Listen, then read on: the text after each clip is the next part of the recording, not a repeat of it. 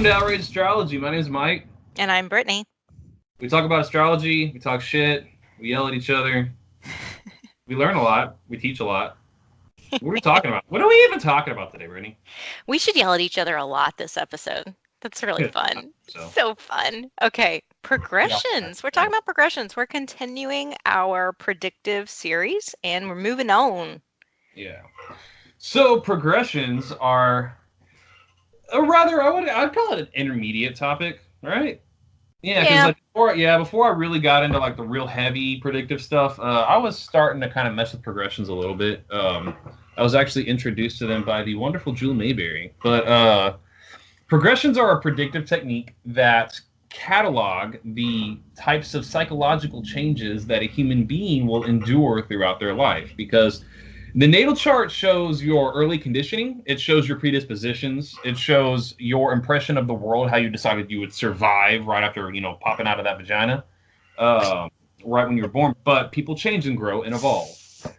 You're not constrained by your natal chart. We are constantly growing and evolving, and progressions sort of track that to an extent. And they can even show really, really important periods of development in our life. So, so when we talk about progressions, we're talking about secondary progressions. Nobody really uses primary or tertiary progressions. If they do, it's not very common. So progressions actually, one of the cool things about them, and you will want to do this is when you want to get out your handy dandy ephemeris. And what progressions are is it's showing for each day of life what it corresponds to a year. So, if you're in your second year or second day of life. Second year of life will be like a day after it'll be like a natal chart cast for the day after you were born. Right. So you can actually look at the ephemeris for the year you were born, and you can Google this shit. You don't have to actually purchase an ephemeris. You can just Google it. If you want to be really badass like Mike is, you can actually buy an ephemeris and, calculate it all in your head. But for the rest of us people, we just Google that shit. I'm used to doing it that way just because I had a lot of time where I wasn't... I didn't have any access to technology, so I had to do it the old-fashioned way. It really did me a lot of good, though. Yeah. So progressions and solar arcs. Now we're gonna do a podcast about solar arcs specifically. They're both predictive techniques, and they both operate in a similar fashion. Solar arcs, each planet progresses at 1 degree per year. Progressions differ from solar arcs because for each year it's a day, but the planets still move at different speeds. So the moon will move the fastest. The moon will move at an average of 13 degrees per year. The sun will move about 1 degree per year. The ascendant a little bit less than 1 degree per year. Or is it a little bit more? I think it's a little bit more. It'd be a little bit more, yeah, because the ascendant actually moves the fastest. So, for example, I'm 33 years old. And I know you guys have been wondering that forever because I'm always teasing Mike about how he's a baby. But I'm 33. So when I pull up my progressions, it's actually the date it's going to show me is where all the planets were on March 11th, or sorry, not March 11th, December 15th, 1985. Yeah. So that is 33 days. 33 days, yeah, after I was born. So some planets will literally never move for the entire time you're alive. Like Pluto will move like 1 degree. It will never move. Yeah, no. So certain planets, certain parts of the chart are paid way more attention to than others. The moon particularly. But with progressions, what you kind of need to do is filter out a little bit of... There's a lot of unnecessary information in a progress chart. There really is. You have to kind of hone in on the important things. The important, triggers for emotional growth and changes in your life. Progressions can be very, very telling. Progressions are really showing what's going on inside of us rather than external events, or at least that's what I've heard. Do you agree with that? Well, let's say that one more time. So what I've heard is that progressions show more internally what's changing with you, and they're less about the external changes. Not necessarily. It's both. Because, first off, great internal changes can spark external events. So there is they do tend to they can coincide. Solar arcs are gonna a lot of times show external influences that spark events, but progressions it's kind of a big deal. Like many times you'll see somebody that has a progressed new moon, which we'll get into soon, making a huge life change. So it's emotional changes that can trigger very far-reaching events in somebody's life. Okay. So show us how, or tell us how we're going to pull these up. And, there's 2 different ways to pull it up. So discuss that and tell us how to do it, Mike. All right. So you can use astro.com or SolarFire actually is a really good program to use for progressions as well. And I'll explain that in a moment. But on astro.com, you go to the extended chart selection. In the Dropbox, you'll make sure you have your personal birth information loaded. And then you legitimately can just go and scroll down through the chart types Dropbox and click on the progress chart to show the progress chart by itself, or you can do natal and progress chart. So it'll show your natal chart, and then it'll show the progressions circling around the natal chart on the outside, looking like transits. A technique that I like to look at, just to expedite the process a little bit, is to do natal transits and progressions combined, because then the red planets will be the transits from the outer moving planets that we covered in our last podcast that often trigger far-reaching events, and then the inner planets, which move much faster, because the outer planets in a progress chart are not that significant, are not going to be included in that, so it filters out unnecessary information in that regard. You'll see the green planets circling the outside will show what the inner planets are doing in terms of progressions and what aspects they are making to the planets on the inside of your natal chart. So, okay, I think that's important because when you overlay the progressions on top of the natal chart, because in the progress chart, the houses will change too.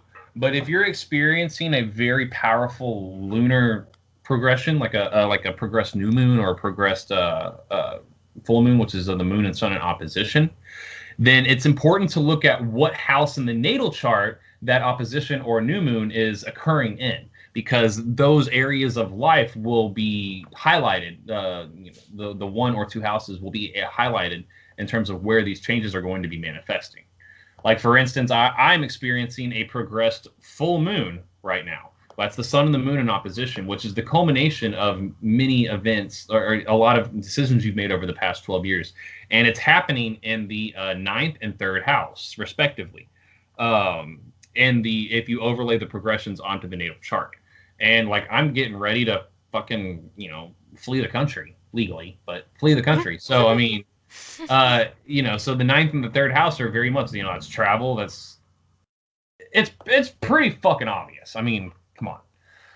So it's important to look at what the progressions are doing in reference to or in respect to the natal chart.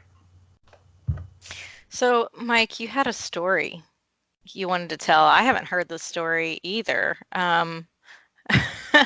About your great insights into progression. So maybe this is why progressions aren't my favorite, is because I haven't approached them this way. So you want to share? So I don't really do them anymore, but I would, but I just don't. I love psychedelics. I'm a big fan of psychedelics. And in my earlier days, when I was first really learning to understand and grasp what astrology meant in terms of like the bigger picture of life itself, I would come to these grand realizations while I was, on acid. And I had a pretty big, this one particular acid trip was a little bit intense. I think I'd made like sweet passionate love to a mango at one point, but a mango. Yes, it was just I didn't know what was going on, and it was just like kind of juicy. You didn't realize that it was a mango. Is that what you're saying? I realized it was a mango, but this mango had like a heartbeat, so I was like feeling its flesh. And anyway, sometime after the mango, I came to this realization about the true manifestation of the fire element. I for some reason I remember, because I realized that like the true most base expression of the element fire is through dance. It's that you don't think, you just run around, you move, you express yourself, and you're just feeling. So I ran around my apartment screaming, "Fire is dancing," and I realized that the only constant in life is change. Nothing remains constant. That's why the natal chart is never, it's not, there's no limitations placed on you based on your natal chart. You are always evolving.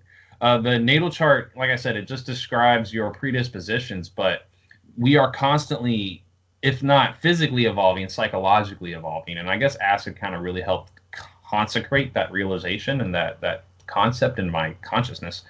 So this, ladies and gentlemen, is why Brittany does not do acid, because I don't want to make sweet, sweet love to a mango and run around screaming, fire is dance or whatever. Fire is dancing. Fire is dancing. Yeah, that's why. I also fell off I tried to climb a fence and fell off it during that same acid trip, and I looked down at my arm after, because like my heart's racing, and I'm like, oh my god, what just happened? I fell off the fence. Holy fuck! I looked down at my arm, and there's like bones and shit sticking out of my arm, and I'm like freaking out. I don't. I'm like, oh my god, I have a compound fracture. And I ran into my apartment and I started pouring water on my arm, and then like this compound fracture just washed off of my arm, I think it was a leaf or something, and I hallucinated so bad it looked like a bone just sticking up out of there. So and I was like, whoa, we're constantly changing, man. Like that's some real deep shit there. I'm glad I don't really do acid anymore. But anyway. Thank you for sharing. Okay. Yeah.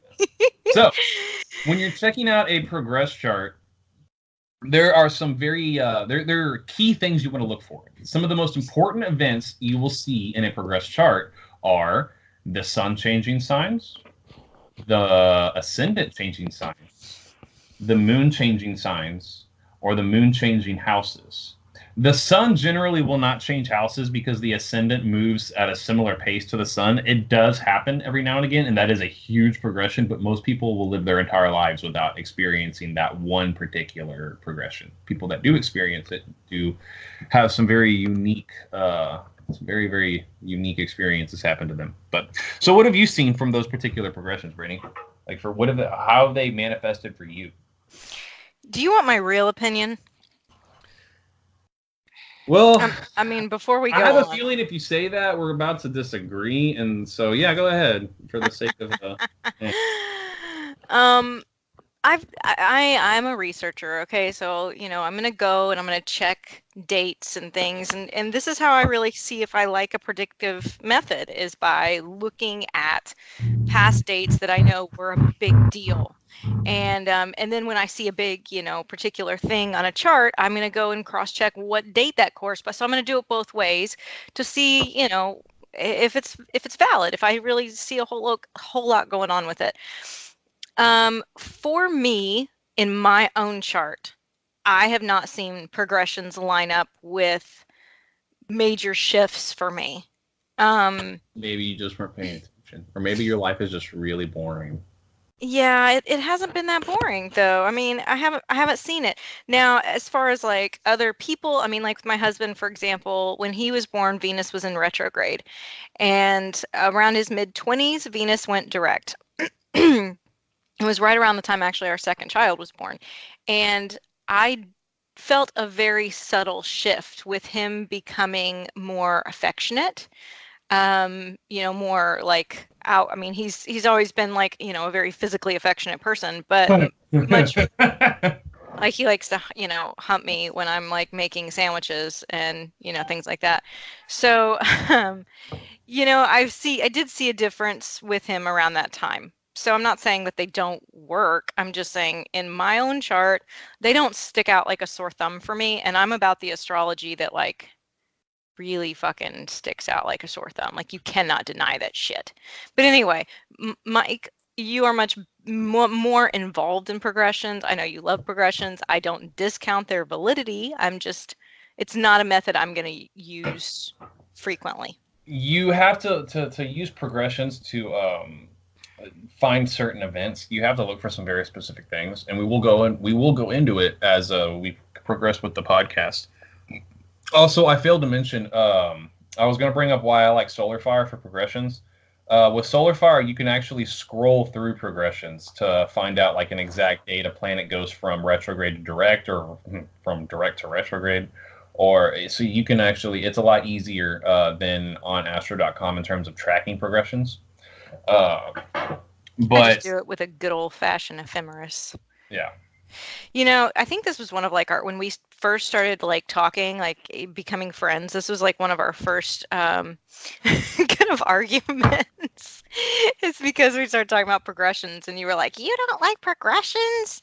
And I well, was you like, were like, okay, "Eh." look, you need like hardcore convincing to get your mind around anything. I do. And you were literally like the pumpkin spice latte of astrologers whenever I first met you.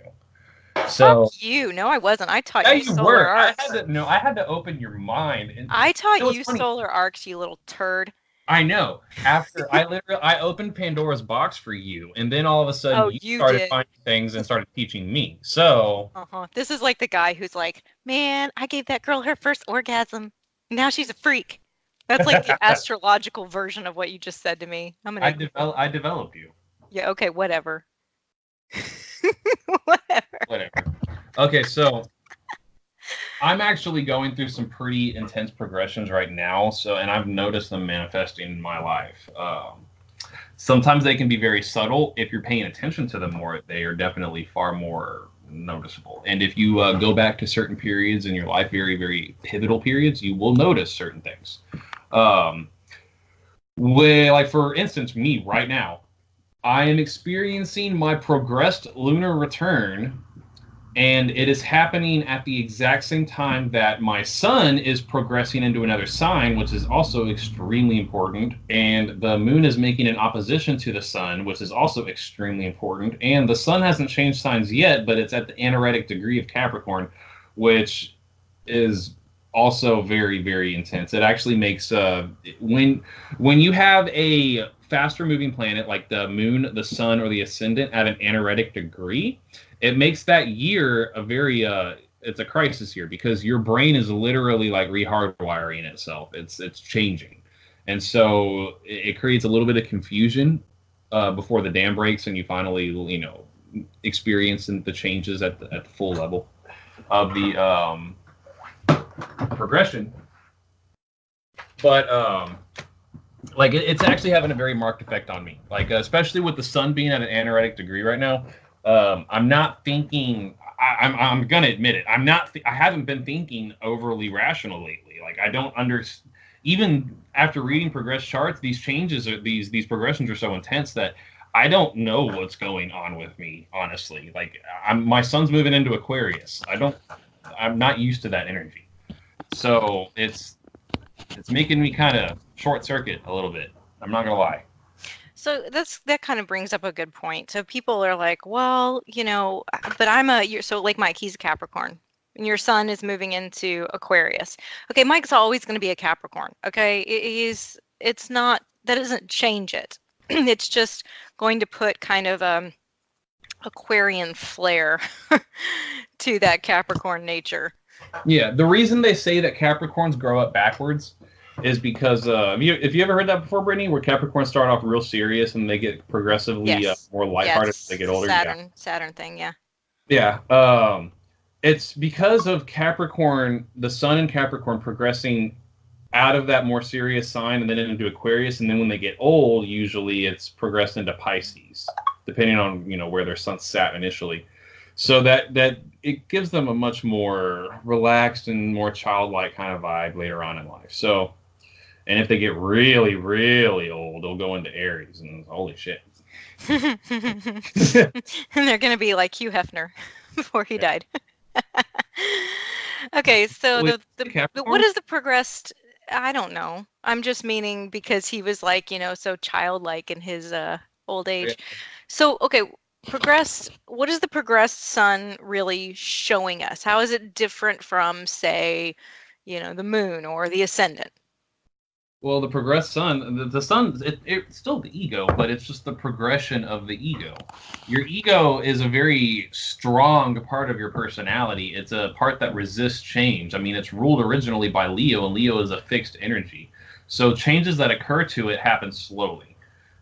So when it moves into a different sign, it just kind of sort of takes on the color of the next sign slowly. The moon, because the moon is a much more receptive energy, it's ruled by Cancer, and Cancer is a cardinal sign.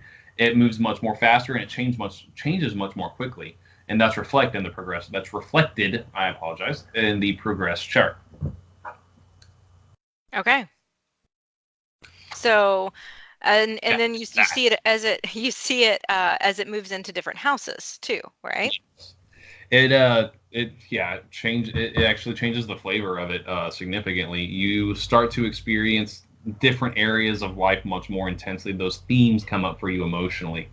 Like for me right now, my progressed moon just crossed over into the second house, and it's actually going into Leo, which is where my natal moon is at.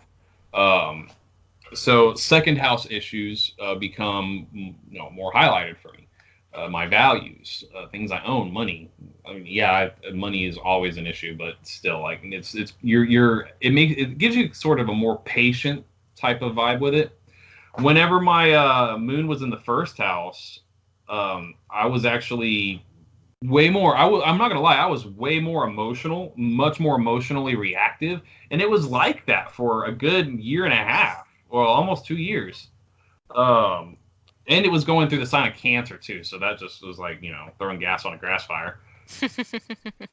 But it was a very emotional time for me. I'm not gonna lie, I'm actually much happier now that the moon is going back to its natal position. So every 28 years, the moon will return to the spot that it was at in its progressions to the point it was at in your natal chart, and that's called a progressed lunar return.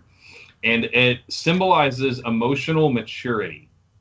The real it's like a Saturn return, but it's much more pleasant. It actually usually happens a year or so before your Saturn return. It's sort of like you've gone through all the different signs and houses of life, and now you're going back to square one. So it's like, okay, seen this, done that. I've experienced most of the totality of existence in terms of like my emotional state. And so now we can take those lessons and carry them on to the next 28 years and go through the whole process again. So, and then, they not just crossing into houses, but I'm assuming because the angles are so significant, if they are sitting on an angle, that's going to be a big fucking deal, right? Don't you have Mercury, or do you have Mercury sitting on your descendant now? Progressed Mercury? Or is it no, my progressed Venus? No, my progressed descendant is sitting on my sun. Okay. So like right now, progressions. On my sun. Okay. So like progression, okay, like Jupiter moves very, very slowly. But for example, like my husband's progressed Jupiter is sitting on his natal ascendant. So is that going to like make you more optimistic? I wouldn't be so concerned about progressions from Jupiter because it moves so slow. What I would be concerned about is transits from Jupiter being conjunct a progressed planet. That can actually signal a pretty intense event. Those are transits to the progressed chart. I think we're skipping ahead a couple steps here, actually. No, because I'm trying to give an example, but you're skipping ahead. What I'm asking is if a planet, I'm sorry, I'm being so mean today. If a progressed planet is making a conjunction with one of your angles, your natal angles, that's a big deal. That is a big deal. Okay. That is a pretty big deal. Now, but Mike wants to say it's not a big deal with Jupiter. Well, okay, I would give it that. It's just such a long progression. You don't really know how. Well, it doesn't happen for everyone, but it's happening for him. So let me have this one thing, okay? When you see something like that, some powerful progression like that, such a long-lasting one, you want to start looking for a transit to kick off the effects of that progression. Oh, see, this is a good rabbit hole to go down. Oh yeah. Trust me, progressions will send you down a very deep rabbit hole because there's so fucking much to pay attention to. Okay, so tell us. So how would we look for, so would we be looking for in the particular progressed planet an actual transit of that same planet to the natal chart or to the No, progressed chart? What are we looking for? you're looking for a heavy hitting planet making an aspect to his natal ascendant. So like even the in conjunction. So like what is it? Sagittarius? It's at 5 Sag. It's at 5 degrees Sagittarius. Mm-hmm. So I think what would be important to take a look at is like let's see. What happened a couple weeks ago whenever Mars became in conjunct his ascendant? Yeah, a couple, like 2 weeks ago? I'd say about 2 weeks ago. Yeah. Well, he was sick. That was about it. Okay. The fights. Huh? Y'all didn't get into fights. Okay. No. So like let's say you see the type of progression and you see Saturn roll over it, or you see Pluto making a square to it, or you see Venus making a conjunction to it. Depending on the nature of the planet in transit, you can sort of get a glimpse of a particular event that's going to occur. See, transits to progressed points are very potent, but you have to pay attention to the nature of the planet, and you have to look for exact orbs. Okay. So, yeah, so to summarize what you're saying, if I understand you correctly, is that to look for the transit that's kicking off whatever progression you're seeing, you are paying attention to the planets involved with the progression to the natal chart. Yeah. Okay. Hopefully I said that clear enough for Like everybody else. For instance, right now I have transit Jupiter, frolicking through my 7th house right now in my natal chart. Well, if you check out my progressions, my descendant, or the progressed ascendant-descendant axis, has moved to a point to where the descendant is now sitting right on top of my natal sun. So that really reinforces what's going on with Jupiter transiting the 7th house, highlighting the importance of my relationships, taking my ego and centering my ego in the type of relationships that I'm building with others, the partnerships I'm building with others. Aren't we doing a podcast, Brittany? Haven't we? Didn't we commit to each other to do a podcast? When? I'm just saying, like my ego's in this. This is it for me. Yeah, I know. Because God damn it, the progressed ascendant sitting on top of my natal sun. So this podcast adventure is like central to my sense of self. And then when Jupiter transits the 7th house, it's gonna go fucking awesome, whether you like it or not. Yeah. I came to you and I was like, hey, you know what we need to fucking do? We need to do a podcast because that was my idea. Thank you. No, it was not. No, it was not. You're such a little bitch today. No, it wasn't. It was mine because you and I were going to try to do some YouTube stuff together with your YouTube channel, and you didn't like how I was on camera because you're so critical of me. And you told me that I looked like nervous, and I'm like, no, I didn't. Yeah, that's what I thought. So anyway, I was like, wait, well, you know what? We should do a podcast. Okay, moving on. That's the progressed sun transits. Yeah, we did kind of skip ahead. We're exact orbs. Sorry, I did. I messed up, you guys. I just ask questions. I just need to know shit like right then when the question is in my brain. So now we're going to talk about the progressed ascendant, right? Any comments and complaints regarding Brittany's terrible organizational skills can be directed to Outrage Astrology at gmail.com. Oh, see, I have my rising sign is Virgo and it's at 0 degrees. And if you want to talk some shit about my organizational skills, I will fucking come and clean your house and then I will kick your ass afterwards. Okay. So actually, now let's. The Scorpio stellium. She'll probably frame you for some terrible financial crime and get you locked up and put in prison. God, you make me sound so mean. I'm really not. I'm just a big teddy bear inside. Okay, the progressed ascendant. No, Scorpio moons are so like that. God damn it. Okay. Now, the ascendant will change signs in the progress chart as well. That's very important. It's very important. That happens about every 30 years or so, depending on where the ascendant sat initially. And it's very important that you have an exact birth time if you're going to be even paying attention to this, because the ascendant only moves like 1 degree per year. So if you have a birth time that's like 30 minutes off, that's going to throw off the timing for this progression tremendously.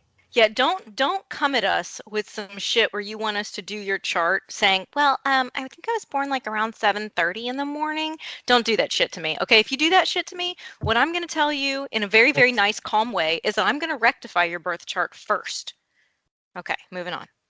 Maybe Brittany can't keep up with that kind of thing. Maybe that'll cause her to short circuit, but I'll figure out a way around. I won't short circuit. I'm going to fucking rectify that shit.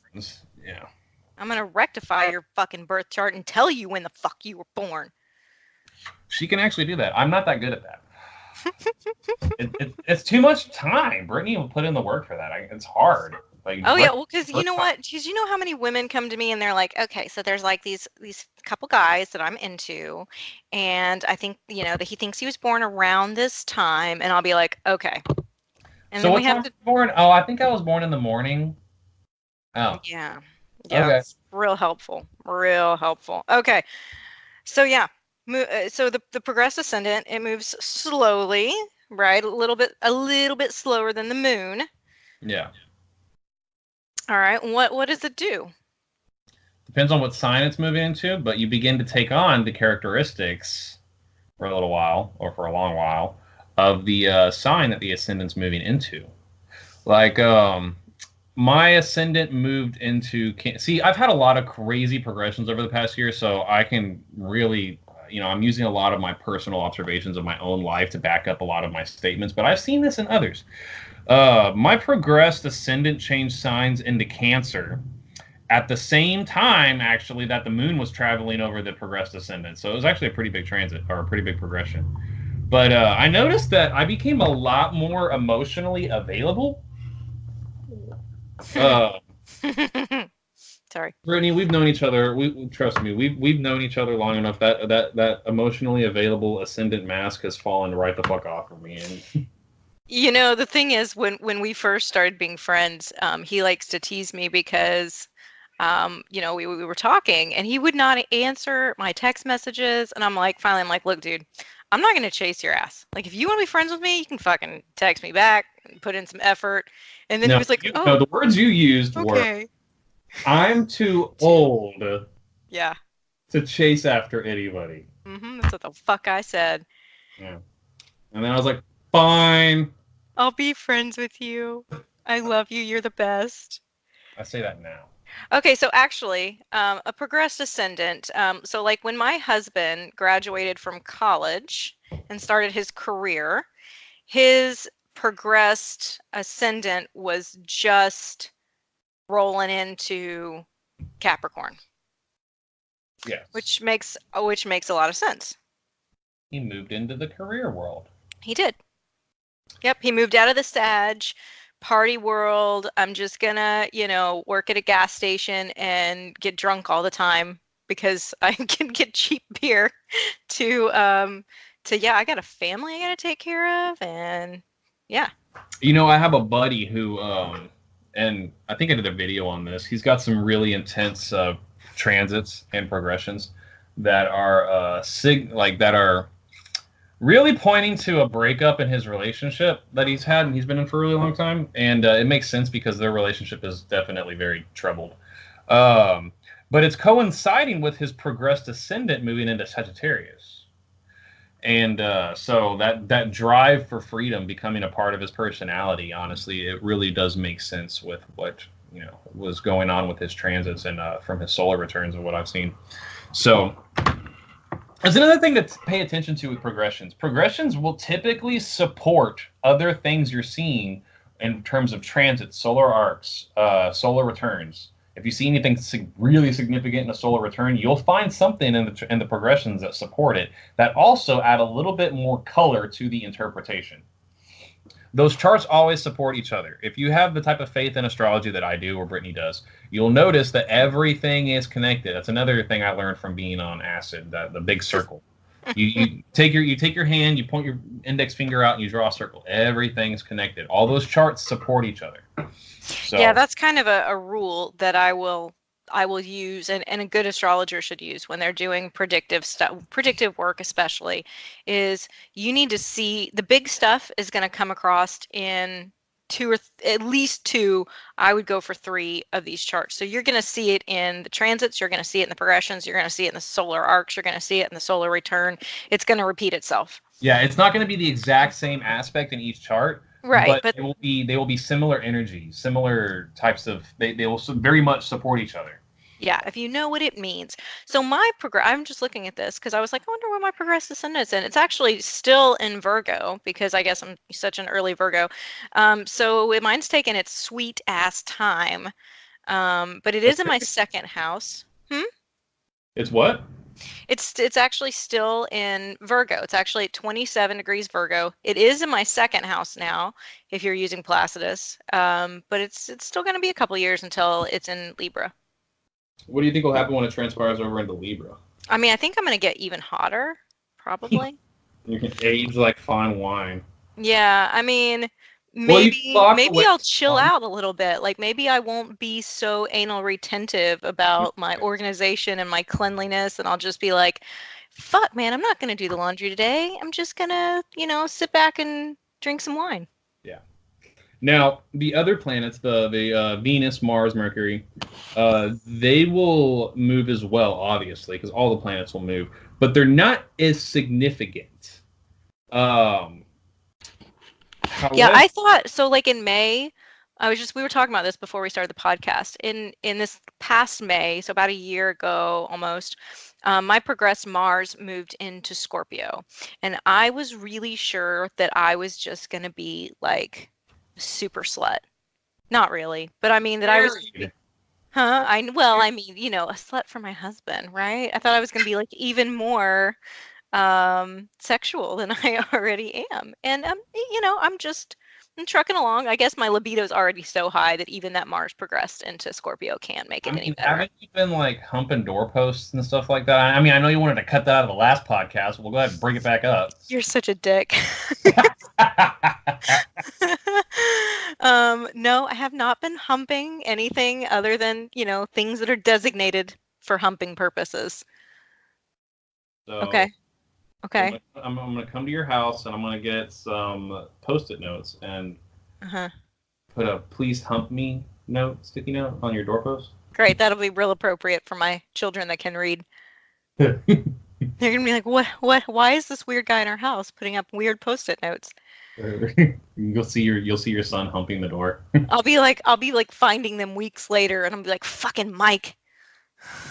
So, the movement of the personal planets isn't really significant in terms of like them changing signs and stuff like that. But as the moon is moving around the chart, on the progress chart, it will make aspects to those other planets. It'll make aspects to the outer planets as well, and those are really important. The moon, you track the moon more than anything in the progress chart. Yes. And what you want to take a look at is when the moon is making a hard aspect, hopefully exact is best, to another personal planet. Or another planet in general, and then a transit being made to one of the 2 points that the moon is making an aspect to. So, for instance, I know somebody that got into a relationship, jumped head first into a relationship, and it happened to have a lot of Neptune in the synastry and all that stuff like that. But it happened when this individual had the moon making an inconjunct aspect to Neptune, which is a volatile aspect, just to say the least. The inconjunction is always important to pay attention to. The moon was making an inconjunct aspect to Neptune, and then Juno came along and smashed right into Neptune, kicking off the aspect, kicking off the moon in conjunct Neptune. So it brought a Neptunian-themed committed relationship to the forefront of this particular individual's life, and literally he got into this relationship the day that transit was exact. Okay. I've noticed those things. Also, if you see the moon making an aspect to the vertex, you do want to pay attention to the vertex in progressions. It's pretty important. If you see the moon making an aspect to the vertex, and you see a transit hitting either the moon or the vertex, that is super, super important because that can bring a person into your life. What planet is transiting the vertex of the moon in this particular circumstance is going to color the interpretation of the qualities of the individual in your life. But it is pretty important. Like my moon was making an inconjunct aspect to the vertex, and then Mars hit the moon whenever I met a person that ended up almost ruining my life. But still important nonetheless. The vertex is about the creation of new karma, but still. Yeah, I just pay attention to those types of things. So you mean the natal vertex, right? No. The moon was making an inconjunct aspect to the progressed vertex. And then a transit came and kicked off the aspect. Okay. From Mars. Gotcha. Okay. So planets will, as we move through our ephemeris, you will see planets, stationing direct or retrograde. And whenever you're born, you may have some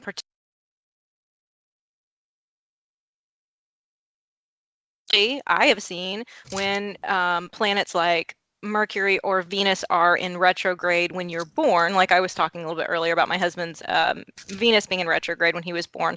His Mercury was also in retrograde when he was born at some point. So like when he's 39, his Mercury is going to, his progressed Mercury is going to go direct. I have high hopes for that since it rules his midheaven. But anyway, that's something that you're going to be looking for. You're going to look for when those planets are going from direct to retrograde or vice versa. Yeah, it's usually not a good thing whenever you see a planet station retrograde when it was born, right. When you had it born, direct. In fact, one thing I look at Juno a lot in progressions, and a lot of times you'll see Juno is an asteroid, by the way. Everybody. Yeah, it's related to commitment. It's related to partnerships. And when you see it in retrograde in somebody's chart, usually that's pointing to inequality. The person looks for inequality in relationships. It's pretty unhealthy. A lot of times they'll get into pretty bad relationships early on. But then when Juno stations direct, a lot of times it gives them like permission to work out those issues within themselves. So it's pretty important. That's a pretty important thing. Venus stationing direct as well. You talked about that a little bit earlier, correct? Yes. Yeah, it can being a little bit more able to express that that love nature. That's why people say that if you have Venus retrograde in your natal chart, you want to wait until after your Saturn return to get married for the first time, because that gives Venus time to station direct in the progressed chart so that you are going into a relationship with a much healthier mindset of how the relationship should work. That's interesting. I know, it's true. We got married before his Mercury stationed, or his Venus stationed direct, but it wasn't that early in the marriage though that it stationed direct. It was what? It wasn't that early into the marriage when it's stationed direct. So yeah, I mean, it's stationed direct when he was about 26, 27, and I can't remember exactly. And we got married when he was 22. So. Yeah, so a couple of years in. Damn, y'all been married a long time. It'll be 12 years in October. Yay! You beat the statistics. Fuck yeah, we did. We're really stubborn like that, Okay. So we already talked about transits to the progress chart. You want to make sure the orbs are exact. Exact orb. Exact. Yeah. Okay. We got it. So next week we're going to be talking about a subject near and dear to my heart that really made me love predictive astrology, which is solar arcs. So, I know. I'd never heard of them before Brittany introduced them to me a while back, and I'm addicted to them now. Like, I use them so much. Mm-hmm. It's insane. I love solar arcs, but we'll talk about that too as well. Yeah, solar arcs. I just want to say this to give people like a little taste of what's to come. I like slap you in your face astrology. If I have to hunt and spend a million years to figure out one thing, it's going to piss me off. I don't have the patience for that. I don't feel like that's how astrology should work because, you can make anything bend to what you want it to say, right? But with solar arcs, it's going to slap you in the face. I mean, I can pretty much, that's how I rectify charts. So we'll talk a little bit about rectifying birth charts, which, by the way, I know some of you might not know what I mean by that. To rectify a birth chart is to get the timing exact, especially if you don't know exactly when somebody was born. We're going to talk a little bit about how to figure that out in the next episode. So it'll be good shit.